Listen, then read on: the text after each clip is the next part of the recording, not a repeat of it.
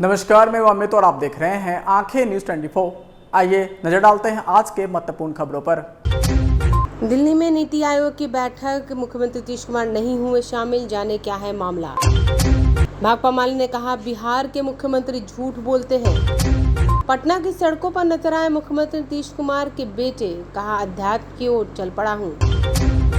राजद ने कहा मुख्यमंत्री की मिमिक्री का वीडियो सार्वजनिक करे जदयू। जाने क्या है गया स्थित माता गायत्री मंदिर की महत्ता। इस खबर के प्रायोजक हैं Lohia Nagar Mount Carmel high school, Gyansthali high school और LMC कम्युनिकेशन।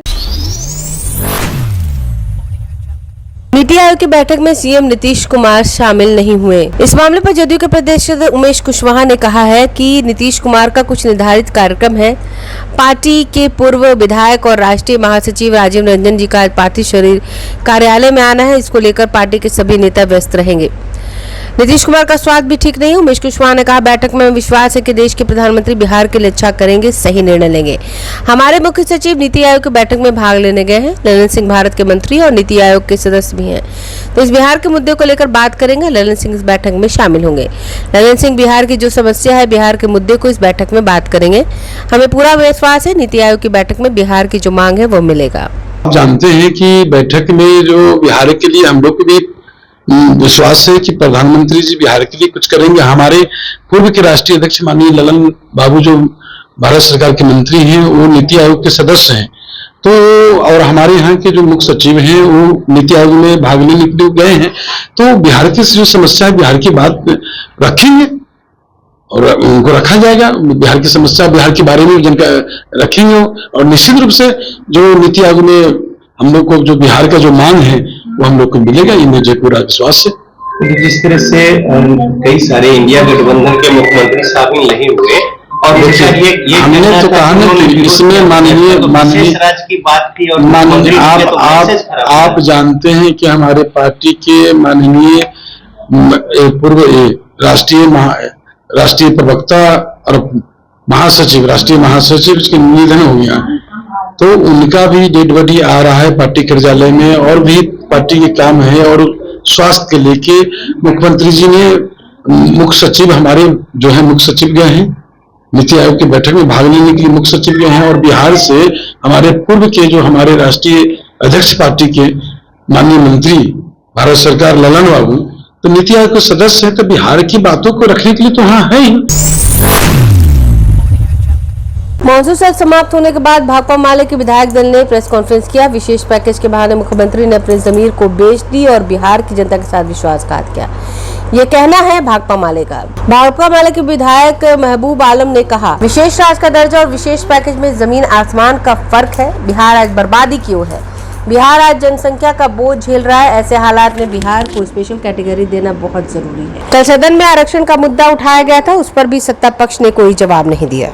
माले विधायक ने कहा कि बिहार में 75% आरक्षण की सीमा के प्रस्ताव को केंद्रीय सरकार ने ठुकराया। बिहार सरकार बहाना करती है कि हाईकोर्ट ने इस पर रोक लगाई है, जिसके कारण 75% आरक्षण की सीमा पर रोक लगा। बिहार के मुख्यमंत्री झूठ बोलते हैं। बिहार में अपराध लगातार हर दिन हो रहे हैं और राज्य सरकार बिल्कुल संवेदनशील नहीं है। बिहार में अपराधियों का मनोबल बढ़ा हुआ है, सरकार संरक्षण दे रही है। सदन में नीतीश कुमार का तानाशाही रवैया देखने को मिला है। सदन में बिहार सरकार उनके सहयोगी दल अपनी मनमानी करते हैं। बिल्कुल झूठ बोल रही है, मुख्यमंत्री बिल्कुल झूठ बोल रहे थे। अपराध का जो सवाल है, देख रहे हैं आप, आज भी 2 व्यक्ति को गोली मारी गई है। जिस तरह से निर्मम हत्याएं हो रही है, कल पूर्णिया में खुलेआम मॉल में 2 करोड़ की डकैती हो गई। अपराध के सवाल को लेकर के बिल्कुल सरकार संवेदनशील नहीं है। अपराधियों के दिल में प्रशासन और पुलिस का कोई खौफ नहीं है। ऐसी हालत में हम लोगों ने अपराध के खिलाफ जो कार्यस्थल दे करके विमर्श और बहस की मांग की, इसे भी निर्ममता से ठुकरा दिया गया। अब तक हमारी कोई मांग, विपक्ष की मांगों का कोई सम्मान नहीं हुआ, कार्यस्थल को पढ़वाया भी नहीं गया। ऐसी हालत में हम समझते हैं कि बिहार सरकार बिल्कुल संवेदनहीन है और जनता के प्रति जो संवेदनशीलता इनको व्यक्त करनी चाहिए, इन्होंने अपना जमीन केंद्रीय सरकार के पास बेच दिया है। और आखिर में जो 2 लाख रुपया 94 लाख लोगों को देने का जो वादा है, जो घोषणा है, विधानसभा के अंदर, तो विधानसभा के अंदर भी जो माननीय मुख्यमंत्री झूठ बोलते हैं, तो हम भी समझते हैं कि ये 2 लाख रुपये जो आपने घोषणा की है, इसे नरेंद्र मोदी की तरफ से जुमलेबाजी के रूप में हम लोग बदलने नहीं देंगे। आपको 2 लाख रुपये 94 लाख परिवारों को शिनाख्त आपने किया है। जब आपने शिनाख्त किया है तो आप अपने अंचल अधिकारी को आदेश क्यों नहीं देते, गजट पेश स्पष्ट क्यों नहीं करते कि इन परिवारों को हमने बिलो पॉवर्टी लाइन के परिवार के रूप में चिन्हित किया है, इनको 2 लाख रुपया देने के लिए आय प्रमाण पत्र की कोई आवश्यकता नहीं होनी चाहिए। इसलिए आय प्रमाण पत्र हासिल करने के बाद ही 2 लाख रुपये मिलेंगे 94 लाख परिवारों को। इससे भ्रष्टाचार को और बढ़ावा दिया है, करप्शन को और बढ़ावा दिया है। एक आय पत्र बनाने में 25-25 हजार रुपये की डिमांड अंचल अधिकारी कर रहे हैं। भ्रष्टाचार का हाल ये है कि अरबों रुपयों के पुल पिछले 10 साल के अंदर बने हुए भरभरा के गिर गए। ऐसी हालत में सुशासन, क्राइम, कम्युनलिज्म और करप्शन का ये जो सवाल उठाते हैं, ये तमाम वादे इनके ध्वस्त हो गए। कम्युनलिज्म का सवाल पर देखिए, मॉब लिंचिंग की कोशिश हो गई। मुख्यमंत्री नीतीश कुमार के बेटे निशांत कुमार आज पटना की सड़कों पर दिखे। निशांत कुमार आज पहली बार मीडिया से मुखातिब हुए। निशांत कुमार ने कहा कि आध्यात्मिक दृष्टिकोण से मैं बाहर आया हूँ, मोबाइल पर हरे राम हरे कृष्णा सुनता हूँ, उसके लिए स्पीकर खरीदने आया हूँ ताकि भजन को अच्छे से सुन सकूं। पत्रकारों में राजनीति में आने के सवाल पूछा तो निशांत कुमार ने कहा, मैं आध्यात्म की ओर चल रहा हूँ। निकले हैं आप? ये भी मैं आध्यात्मिक दृष्टिकोण से आया हूँ। जो मोबाइल पे मैं हरे रामा हरे कृष्णा सुनता हूँ, तो उसके लिए स्पीकर खरीदने आया हूँ ताकि उस पर और अच्छा से सुन सकूँ। जी सर, कहा जा रहा था कि निशांत जी आएंगे राजनीति। अरे चलो सर, आध्यात्मिक पथ पे चल रहा हूँ। राजद के मुख्य प्रवक्ता शक्ति सिंह यादव ने सुनील सिंह की विधान परिषद की सदस्यता समाप्त करने की निंदा की। एक सुयोजित साजिश के तहत की गई कार्रवाई बताई। उन्होंने कहा कि सीएम के निर्देश पर कार्रवाई की गई है। सीएम की मिमिक्री का वीडियो सार्वजनिक करे जदयू के शक्ति यादव ने कहा। उन्होंने कहा, सुनील सिंह की विधान परिषद सदस्यता खत्म करना एक तरफा कार्रवाई है। सुनील सिंह का पक्ष नहीं सुना गया। राजद ने कहा कि सदन के अंदर सीएम ने दलित जीतन मांझी को अपशब्द कहा। महिलाओं को लेकर सीएम ने सदन के अंदर आपत्तिजनक बातें कही। इस पर कोई कार्रवाई क्यों नहीं हुई? सुनील सिंह पर कार्रवाई में विधायी प्रक्रिया का पालन नहीं किया गया। कार्रवाई के लिए सत्ता और विपक्ष के किए गए मानक होने चाहिए। लागू नहीं होता है। अकारण बिहार विधान परिषद के सदस्य और विपक्ष के मुख्य सचेतक डॉक्टर सुनील कुमार सिंह जी की सदस्यता को समाप्त किया गया। संसदीय इतिहास में कल का दिन काला दिन था। लोकतंत्र में हम लोगों ने कई लोकसभा से लेकर के विधानसभा में कार्रवाइयां भी देखी है, उत्तेजना भी देखी है, कड़वी से कड़वी बात कहने की परंपराओं को भी देखा है। लेकिन शासक बहसी हो, शासक अड़िग हो, अड़ियल हो, जिद्दी हो और एक निर्वाचित सदस्य की सदस्यता समाप्त करने के लिए 2 व्यक्ति को लाभान्वित किया गया। एक आचार समिति जिसने रिपोर्ट ले किया, मिथ्या आरोप जो ले की गई, उनको बिहार विधान परिषद का उप सभापति बनाया गया और जो पूर्व के सभापति थे उनको सीतामढ़ी से लोकसभा का टिकट दिया गया। ये पूरी पटकथा, पूरी साजिश बहुत पहले से रची गई थी और हमारे एक सदस्य जो बिहार विधान परिषद में, उनको सत्र से निलंबित करने का निर्णय भी लिया गया, जो मेरे बगल में बैठे कार्यशैल साहब। मैं आपको कहना चाहता हूं कि राज्यसभा के अंदर उपराष्ट्रपति है, सभापति होते हैं राज्यसभा के, धनखड़ जी के मिमिक्री के सवाल पर सदस्य की सदस्यता नहीं गई, लेकिन जिस मिमिक्री को आधार माना गया, हम लोगों ने उसका वीडियो मांगा है और मेरी चुनौती है आदरणीय मुख्यमंत्री नीतीश कुमार जी को और जनता दल और भारतीय जनता पार्टी के नेताओं को सार्वजनिक करें मिमिक्री का वीडियो, जिसको मानक मान करके, आधार मान करके आपने इनकी सदस्यता समाप्त की है। मैं आपको अतीत का कुछ अवलोकन कराना चाहूंगा। इसी बिहार विधानसभा में भारत रत्न जननायक कर्पूरी ठाकुर जी के खिलाफ एक भर्त्सना शब्द आई थी।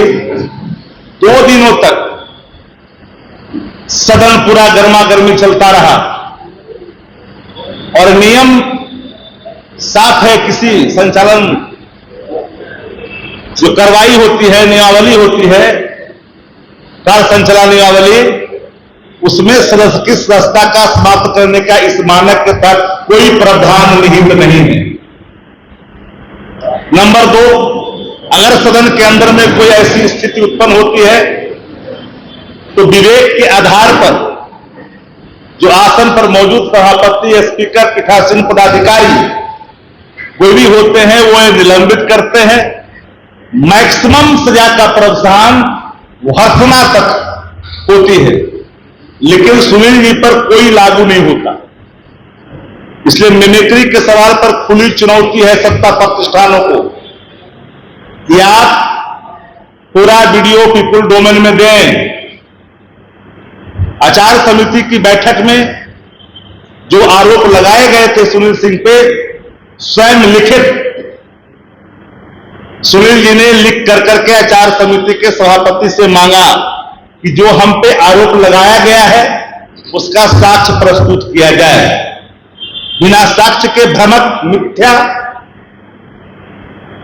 एक कल्पना की गई और कल्पना के आधार पर उसको मानक मान कर करके एक सदस्य की सदस्यता समाप्त की गई, जो लोकतंत्र में खतरे की घंटी का संकेत है आने वाले कल में। गया के प्रसिद्ध विष्णुपद मंदिर से देवघाट जाने के रास्ते में माता गायेश्वरी का मंदिर है। यह मंदिर अन्य मंदिरों से काफी अलग शैली में बना हुआ है। प्राचीन काल में इस मंदिर की प्रसिद्धता काफी थी। माता गायेश्वरी को गया और ग्राम और प्रधान देवी कहा जाता है। इस मंदिर का वायु पुराण के साथ साथ कई पुराणों में जिक्र है।